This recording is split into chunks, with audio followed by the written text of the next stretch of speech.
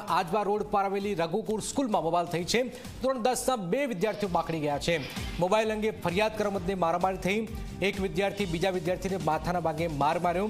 હાથમાં પહેરેલા કડાથી માથાના ભાગે માર માર્યો છે। લોહીલુહાણ વિદ્યાર્થીને સારવાર માટે હોસ્પિટલ ખસેડાયો છે। ફરિયાદ બાદ વિદ્યાર્થી પાસે માફીનામું પણ લખાવાયું છે।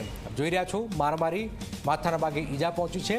ધોરણ 10ના 2 વિદ્યાર્થીઓ બાકડ્યા છે। ગુજરાतની અંદર શાળાઓમાં વિદ્યાર્થીઓની બબાલના વારંવાર ઘટનાક્રમ વધી રહ્યો છે। લોહીલુહાણ વિદ્યાર્થીને હોસ્પિટલ ખસેડાયો છે। ફરિયાદ બાદ વિદ્યાર્થી પાસે માફીનામું પણ લખાવાયું છે। આખો રૂમાલ લાલ લાલ થઈ ચૂક્યો છે। આપ જોઈ રહ્યા છો, આજવા રોડ પર આવેલી આ રઘુકુળ સ્કૂલમાં બબાલ થઈ।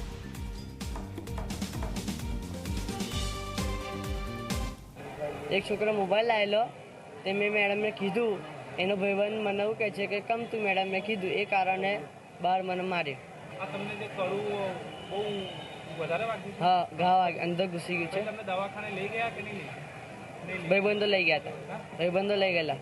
સ્કૂલમાંથી કોઈ દવાખાને તમને લઈ ગયા? ના, નહીં લઈ ગયા। સ્કૂલ છૂટ્યા પછી 2 વિદ્યાર્થીઓ વચ્ચે ઝપાઝપી થઈ અને એક વિદ્યાર્થીને બીજા વિદ્યાર્થી દ્વારા જે વાગ્યું એમાં લોહીની ટસર ફૂટી ગઈ। તો એના માટે હું એટલું જ કહીશ કે અમે બંને વિદ્યાર્થીને બોલાવ્યા, એમના પેરેન્ટ્સને બોલાવ્યા, એમની સાથે અડધો પોણો કલાક બેસી અને એમનું કાઉન્સિલિંગ પણ કર્યું।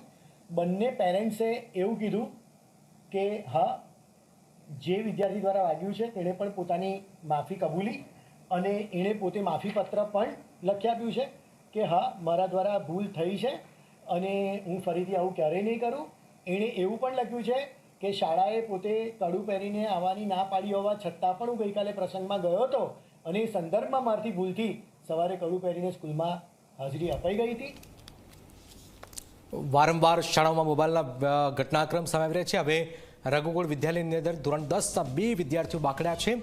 આપ જોઈ રહ્યા છો, આ તરફ ગઈકાલે સુરતમાં પણ આવી જ એક ઘટના સામે આવી, જેમાં 2 વિદ્યાર્થીઓ બાકડી પડતા જ એકને માથાના ભાગે ઈજા પહોંચી હતી। એક વિદ્યાર્થી બીજાની માથાના ભાગે સળીઓ મારતા જ સારવાર માટે ખસેડવામાં આવ્યો હતો।